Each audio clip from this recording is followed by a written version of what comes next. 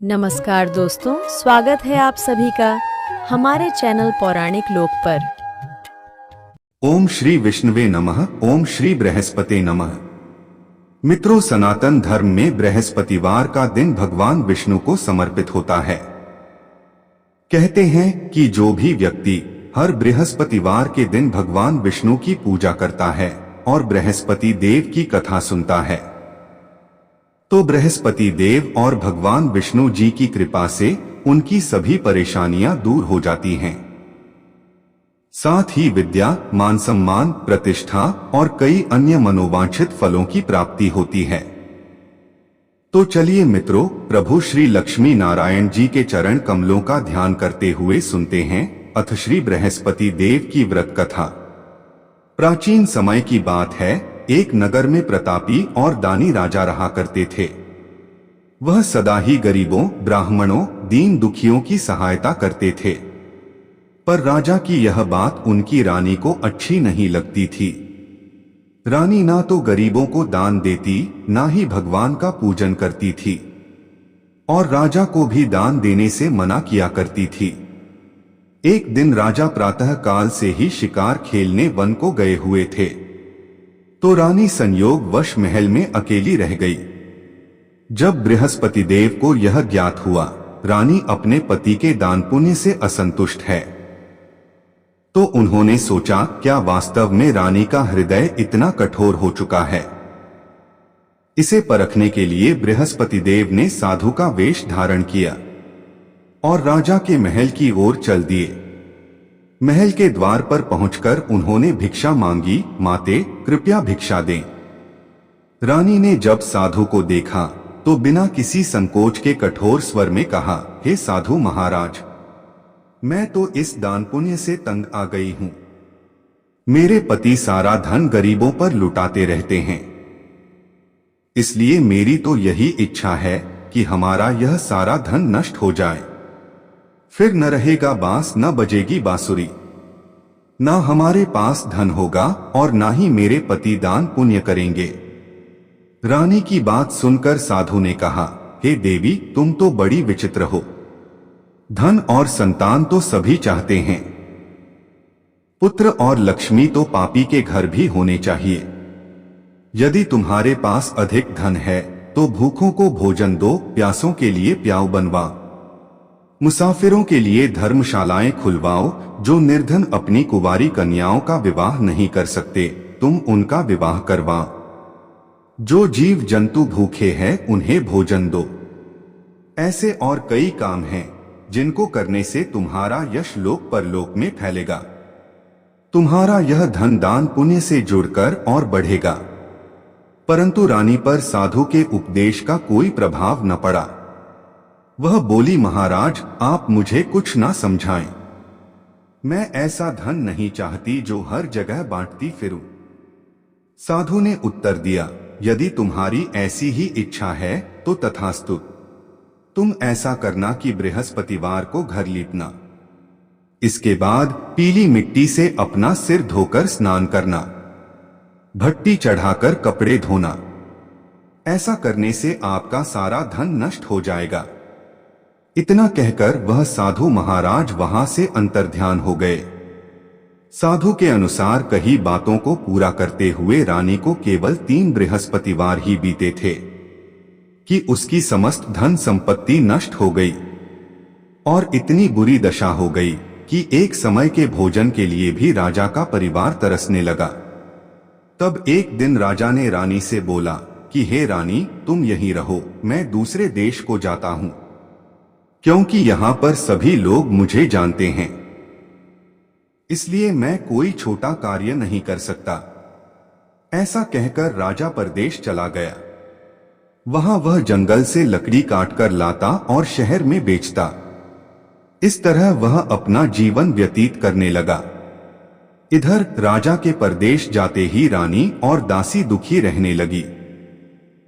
एक बार जब रानी और दासी को 7 दिन तक बिना भोजन के रहना पड़ा तो रानी ने अपनी दासी से कहा, हे दासी, पास ही के नगर में मेरी बहन रहती है, वह बड़ी धनवान है, तू उसके पास जा और कुछ ले आ ताकि थोड़ी बहुत गुजर बसर हो जाए।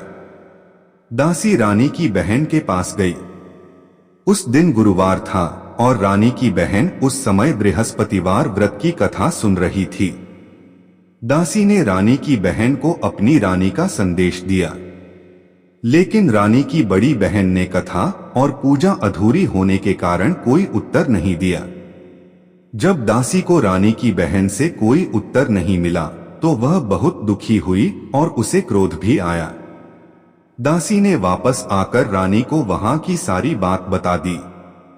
दासी की ये सब बातें सुनकर रानी ने खुद को और अपने भाग्य को कोसना शुरू कर दिया। उधर रानी की बहन ने सोचा कि मेरी बहन की दासी आई थी, परंतु मैं उससे नहीं बोली, इससे वह बहुत दुखी हुई होगी।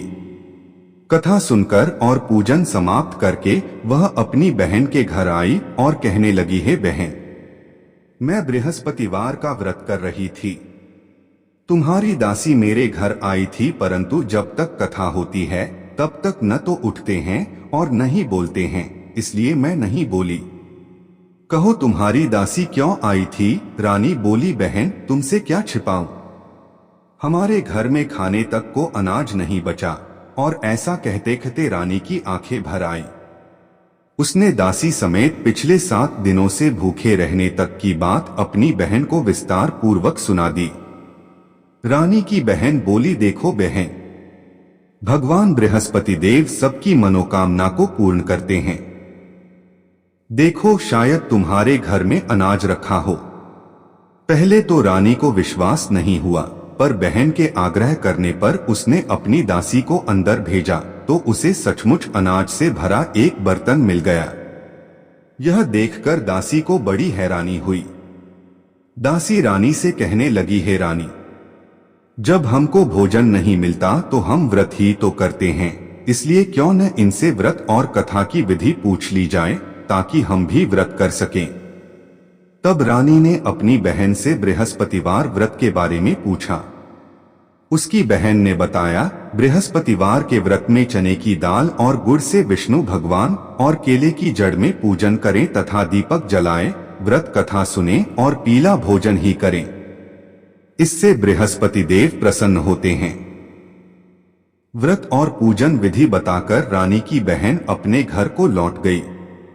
7 दिन के बाद जब गुरुवार आया तो रानी और दासी ने व्रत रखा। घुड़साल में जाकर चना और गुड़ लेकर आईं। फिर उससे केले की जड़ तथा विष्णु भगवान का पूजन किया। अब पीला भोजन कहां से आए, इस बात को लेकर दोनों बहुत दुखी थे। चूंकि उन्होंने व्रत रखा था, इसलिए बृहस्पति देव उनसे प्रसन्न थे। इसलिए वे एक साधारण व्यक्ति का रूप धारण कर 2 थालों में सुंदर पीला भोजन दासी को दे गए। भोजन पाकर दासी प्रसन्न हुई और फिर रानी के साथ मिलकर भोजन ग्रहण किया। उसके बाद वे सभी गुरुवार को व्रत और पूजन करने लगी। बृहस्पति भगवान की कृपा से उनके पास फिर से धन संपत्ति आ गई, परंतु रानी फिर से पहले की तरह आलस्य करने लगी। तब दासी बोली, देखो रानी, तुम पहले भी इस प्रकार आलस्य करती थी, तुम्हें धन रखने में कष्ट होता था, इस कारण तुम्हारा सभी धन नष्ट हो गया था, और अब जब भगवान बृहस्पति की कृपा से धन मिला है तो तुम्हें फिर से आलस्य होता है। रानी को समझाते हुए दासी कहती है कि बड़ी मुसीबतों के बाद हमने यह धन पाया है, इसलिए हमें दान पुण्य करना चाहिए। भूखे मनुष्यों को भोजन कराना चाहिए और धन को शुभ कार्यों में खर्च करना चाहिए, जिससे तुम्हारे कुल का यश बढ़ेगा, स्वर्ग की प्राप्ति होगी और पितृ प्रसन्न होंगे। दासी की बात मानकर रानी अपना धन शुभ कार्यों में खर्च करने लगी, जिससे पूरे नगर में उसका यश फैलने लगा। इधर एक दिन राजा दुखी होकर जंगल में एक पेड़ के नीचे आसन जमाकर बैठ गया। वह अपनी दशा को याद करके व्याकुल होने लगा। बृहस्पतिवार का दिन था। एकाएक उसने देखा कि निर्जन वन में एक साधु प्रकट हुए। वह साधु वेश में स्वयं बृहस्पति देवता थे। लकड़हारे के सामने आकर बोले, हे लकड़हारे, इस सुनसान जंगल में तू चिंता मग्न क्यों बैठा है? लकड़हारे ने दोनों हाथ जोड़कर प्रणाम किया और उत्तर दिया, महात्मा जी, आप सब कुछ जानते हैं, मैं क्या कहूं। यह कहकर रोने लगा और साधु को अपनी आत्मकथा सुनाई। महात्मा जी ने कहा, तुम्हारी स्त्री ने बृहस्पति के दिन बृहस्पति भगवान का निरादर किया है, जिसके कारण रुष्ट होकर उन्होंने तुम्हारी यह दशा कर दी। अब तुम चिंता को दूर करके मेरे कहने पर चलो तो तुम्हारे सब कष्ट दूर हो जाएंगे और भगवान पहले से भी अधिक संपत्ति देंगे। तुम बृहस्पति के दिन कथा किया करो। 2 पैसे के चने और गुड़ लाकर उसका प्रसाद बनाओ और शुद्ध जल से लोटे में शक्कर मिलाकर अमृत तैयार करो। कथा के पश्चात अपने सारे परिवार और सुनने वाले प्रेमियों में अमृत व प्रसाद बांटकर आप भी ग्रहण करो। ऐसा करने से भगवान तुम्हारी सब मनोकामनाएं पूरी करेंगे। साधु के ऐसे वचन सुनकर लकड़हारा बोला, हे प्रभु, मुझे लकड़ी बेचकर इतना पैसा नहीं मिलता जिससे भोजन के उपरांत कुछ बचा सकूं। मैंने कई रात्रि स्वप्न में अपनी स्त्री को व्याकुल देखा है। मेरे पास कुछ भी नहीं जिससे मैं उसकी खबर मंगा सकूं। साधु ने कहा, हे लकड़हारे, तुम किसी बात की चिंता मत करो। बृहस्पति के दिन तुम रोजाना की तरह लकड़ियां लेकर शहर को जाओ। तुमको रोज से दुगुना धन प्राप्त होगा, जिससे तुम भली भांति भोजन कर लोगे तथा बृहस्पति देव की पूजा का सामान भी आ जाएगा। इतना कहकर साधु अंतर्ध्यान हो गए। धीरे धीरे समय व्यतीत होने पर फिर वही बृहस्पतिवार का दिन आया। लकड़हारा जंगल से लकड़ी काटकर किसी शहर में बेचने गया। उसे उस दिन और दिनों से अधिक पैसा मिला। राजा ने चना गुड़ आदि लाकर गुरुवार का व्रत किया। उस दिन से उसके सभी क्लेश दूर हुए, परंतु जब दोबारा गुरुवार का दिन आया तो राजा बृहस्पतिवार का व्रत करना भूल गया। इस कारण बृहस्पति भगवान नाराज हो गए। उस दिन उस नगर के राजा ने विशाल यज्ञ का आयोजन किया तथा शहर में यह घोषणा करा दी कि कोई भी मनुष्य अपने घर में भोजन न बनाए, न आग जलाए, समस्त जनता मेरे यहाँ भोजन करने आए। इस आज्ञा को जो न मानेगा उसे फांसी की सजा दी जाएगी। इस तरह की घोषणा संपूर्ण नगर में करवा दी गई। राजा की आज्ञानुसार शहर के सभी लोग भोजन करने गए, लेकिन लकड़हारा कुछ देर से पहुंचा, इसलिए राजा उसको अपने साथ घर लिवा ले गए और ले जाकर भोजन करा रहे थे। तभी रानी की दृष्टि उस खूंटी पर पड़ी जिस पर उसका हार लटका हुआ था। वह हार वहां पर दिखाई नहीं दिया। रानी ने निश्चय किया कि मेरा हार इस लकड़हारे ने चुरा लिया है। राजा ने उसी समय सिपाहियों को बुलाकर उसको कारागार में डलवा दिया।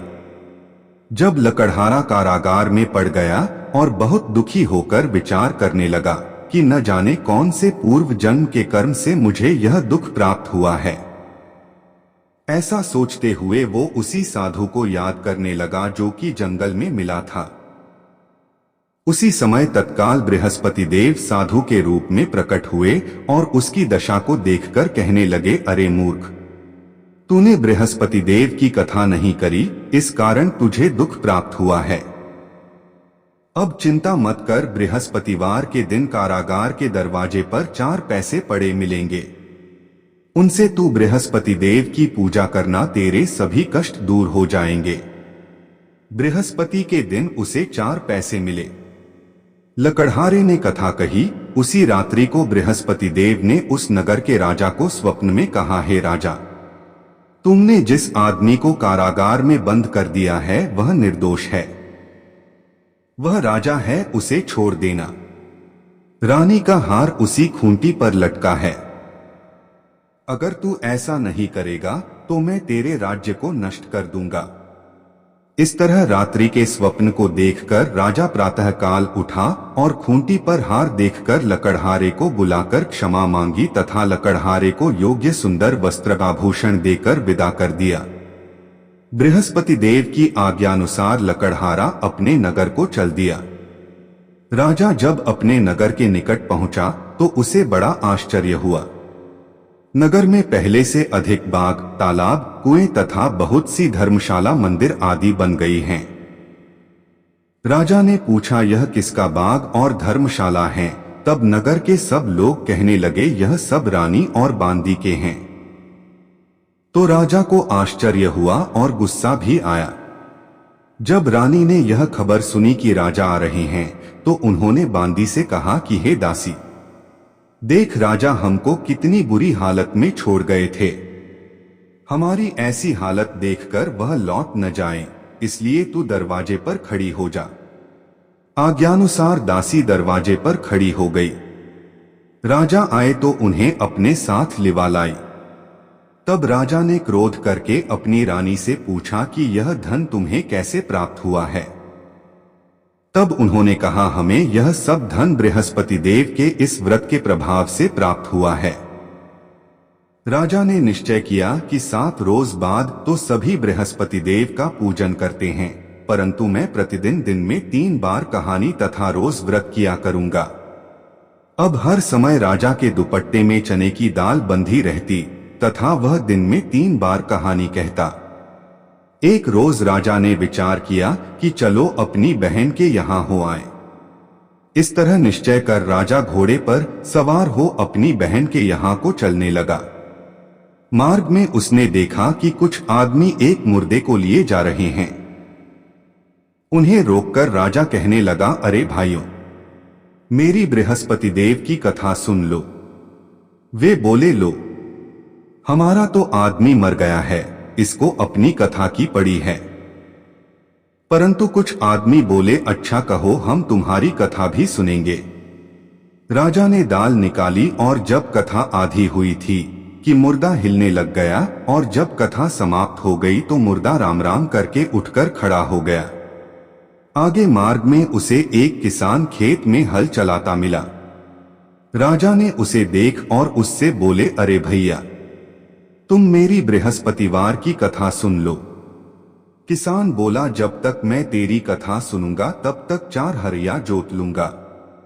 जा अपनी कथा किसी और को सुनाना। इस तरह राजा आगे चलने लगा। राजा के हटते ही बैल पछाड़ खाकर गिर गए तथा किसान के पेट में बड़ी जोर का दर्द होने लगा। उस समय उसकी माँ रोटी लेकर आई। उसने जब यह देखा तो अपने पुत्र से सब हाल पूछा और बेटे ने सभी हाल कह दिया। तो बुढ़िया दौड़ी दौड़ी उस घुड़सवार के पास गई और उससे बोली कि मैं तेरी कथा सुनूंगी, तू अपनी कथा मेरे खेत पर चलकर ही कहना। राजा ने बुढ़िया के खेत पर जाकर कथा कही, जिसके सुनते ही वह बैल उठ खड़ हुए तथा किसान के पेट का दर्द भी बंद हो गया। अगले दिन राजा अपनी बहन के घर पहुंचा। बहन ने भाई की खूब मेहमानी की। दूसरे रोज प्रातःकाल राजा जगा तो वह देखने लगा कि सब लोग भोजन कर रहे हैं। राजा ने अपनी बहन से कहा, ऐसा कोई मनुष्य है जिसने भोजन नहीं किया हो, मेरी बृहस्पतिवार की कथा सुन ले। बहन बोली, हे भैया, यह देश ऐसा ही है कि पहले यहाँ लोग भोजन करते हैं, बाद में अन्य काम करते हैं। अगर कोई पड़ोस में हो तो देख आती हूं। ऐसा कहकर देखने चली गई, परंतु उसे कोई ऐसा व्यक्ति नहीं मिला जिसने भोजन न किया हो। अतः वह एक कुम्हार के घर गई जिसका लड़का बीमार था। उसे मालूम हुआ कि उनके यहाँ 3 रोज से किसी ने भोजन नहीं किया है। रानी ने अपने भाई की कथा सुनने के लिए कुम्हार से कहा, वह तैयार हो गया। राजा ने जाकर बृहस्पतिवार की कथा कही, जिसको सुनकर उसका लड़का ठीक हो गया। अब तो राजा की प्रशंसा होने लगी। एक रोज राजा ने अपनी बहन से कहा कि हे बहन, हम अपने घर को जाएंगे, तुम भी तैयार हो जाओ। राजा की बहन ने अपनी सास से कहा। सास ने कहा, हाँ चली जा, परंतु अपने लड़कों को मत ले जाना, क्योंकि तेरे भाई के कोई औलाद नहीं है। बहन ने अपने भैया से कहा, हे भैया, मैं तो चलूंगी पर कोई बालक नहीं जाएगा। राजा बोला, जब कोई बालक नहीं चलेगा तब तुम ही क्या करोगी? बड़े दुखी मन से राजा अपने नगर को लौट आया। राजा ने अपनी रानी से कहा, हम निर्वंशी हैं, हमारा मुंह देखने का धर्म नहीं है और कुछ भोजन आदि नहीं किया। रानी बोली, हे प्रभु, बृहस्पति देव ने हमें सब कुछ दिया है, वह हमें औलाद अवश्य देंगे। उसी रात को बृहस्पति देव ने राजा से स्वप्न में कहा, हे राजा उठ, सभी सोच त्याग दे, तेरी रानी गर्भ से है। राजा की यह बात सुनकर बड़ी खुशी हुई। 9वें महीने में उसके गर्भ से एक सुंदर पुत्र पैदा हुआ। तब राजा बोला, हे रानी, स्त्री बिना भोजन के रह सकती है पर बिना कहे नहीं रह सकती। जब मेरी बहन आए तुम उससे कुछ कहना मत। रानी ने सुनकर हाँ कर दिया। जब राजा की बहन ने यह शुभ समाचार सुना तो वह बहुत खुश हुई तथा बधाई लेकर अपने भाई के यहाँ आई। तभी रानी ने कहा, घोड़ा चढ़कर तो नहीं आई, गधा चढ़ी आई। राजा की बहन बोली, भाभी, मैं इस प्रकार न कहती तो तुम्हें औलाद कैसे मिलती। मित्रों, संसार में जो मनुष्य सद्भावना से भगवान जी का पूजन व्रत सच्चे हृदय से करते हैं तो उनकी सभी मनोकामनाएं पूर्ण करते हैं। जैसी सच्ची भावना से रानी और राजा ने उनकी कथा का गुणगान किया तो उनकी सभी इच्छाएं बृहस्पति देव जी ने पूर्ण की थीं। इसलिए पूर्ण कथा सुनने के बाद प्रसाद लेकर जाना चाहिए। हृदय से उसका मनन करते हुए जयकारा बोलना चाहिए। बोलो बृहस्पति देव की जय, भगवान विष्णु की जय। अब सुनते हैं दूसरी कथा। प्राचीन काल में एक ब्राह्मण रहता था। वह बहुत निर्धन था। उसके कोई संतान नहीं थी। उसकी स्त्री बहुत मलिनता के साथ रहती थी। वह ना तो स्नान करती और ना ही किसी देवता का पूजन करती। इस सब से ब्राह्मण देवता बड़े दुखी थे। बेचारे बहुत अपनी स्त्री से कुछ कहते थे किंतु उसका कुछ परिणाम न निकला। भगवान की कृपा से ब्राह्मण की स्त्री को कन्या रूपी रत्न पैदा हुआ। कन्या बड़ी होने पर प्रातः स्नान करके विष्णु भगवान का जाप व बृहस्पतिवार का व्रत करने लगी। अपने पूजन पाठ को समाप्त करके विद्यालय जाती तो अपनी मुट्ठी में जौ भर के ले जाती और पाठशाला के मार्ग में डालती जाती। तब ये जौ स्वर्ण के हो जाते तो लौटते समय उनको बीन कर घर ले आती थी। एक दिन वह बालिका सूप में उस सोने के जौ को फटक कर साफ कर रही थी कि उसके पिता ने देख लिया और कहा, हे बेटी, सोने के जौ के लिए सोने का सूप होना चाहिए। दूसरे दिन बृहस्पतिवार था। इस कन्या ने व्रत रखा और बृहस्पति देव से प्रार्थना करके कहा, मैंने आपकी पूजा सच्चे मन से की हो तो मेरे लिए सोने का सूप दे दो। बृहस्पति देव ने उसकी प्रार्थना स्वीकार कर ली। रोजाना की तरह वह कन्या जौ फैलाती हुई जाने लगी। जब लौटकर जौ बीन रही थी तो बृहस्पति देव की कृपा से सोने का सूप मिला। उसे वह घर ले आई और उसमें जौ साफ करने लगी, परंतु उसकी मां का वही ढंग रहा। एक दिन की बात है कि वह कन्या सोने के सूप में जौ साफ कर रही थी। उस समय उस शहर का राजपुत्र वहां से होकर निकला। इस कन्या के रूप और कार्य को देखकर मोहित हो गया तथा अपने घर आकर भोजन तथा जल त्याग कर उदास होकर लेट गया। राजा को इस बात का पता लगा तो अपने प्रधानमंत्री के साथ उसके पास गए और बोले, हे बेटा, तुम्हें किस बात का कष्ट है? किसी ने अपमान किया है अथवा और कारण हो सो कहो, मैं वही कार्य करूंगा जिससे तुम्हें प्रसन्नता हो। अपने पिता की राजकुमार ने बातें सुनी तो वह बोला, मुझे आपकी कृपा से किसी बात का दुख नहीं है। किसी ने मेरा अपमान नहीं किया है, परंतु मैं उस लड़की से विवाह करना चाहता हूं जो सोने के सूप में जौ साफ कर रही थी। यह सुनकर राजा आश्चर्य में पड़ गया और बोला, हे बेटा, इस तरह की कन्या का पता तुम ही लगा, मैं उसके साथ तेरा विवाह अवश्य ही करवा दूंगा। राजकुमार ने उस लड़की के घर का पता लगाया। तब मंत्री उस लड़की के घर गए और ब्राह्मण देवता को सभी हाल बतलाया। ब्राह्मण देवता राजकुमार के साथ अपनी कन्या का विवाह करने के लिए तैयार हो गए। तथा विधि विधान के अनुसार ब्राह्मण की कन्या का विवाह राजकुमार के साथ हो गया। कन्या के घर से जाते ही पहले की भांति उस ब्राह्मण देवता के घर में गरीबी का निवास हो गया। अब भोजन के लिए भी अन्न बड़ी मुश्किल से मिलता था। एक दिन दुखी होकर ब्राह्मण देवता अपनी पुत्री के पास गए। बेटी ने पिता की दुखी अवस्था को देखा और अपनी मां का हाल पूछा। तब ब्राह्मण ने सभी हाल कहा। कन्या ने बहुत सा धन देकर अपने पिता को विदा कर दिया। इस तरह ब्राह्मण का कुछ समय सुखपूर्वक व्यतीत हुआ। कुछ दिन बाद फिर वही हाल हो गया। ब्राह्मण फिर अपनी कन्या के यहाँ गया और सारा हाल कहा तो उसकी लड़की बोली, हे पिताजी, आप माताजी को यहाँ पर लेकर आओ। मैं उसे विधि बता दूंगी जिससे आपकी गरीबी दूर हो जाएगी।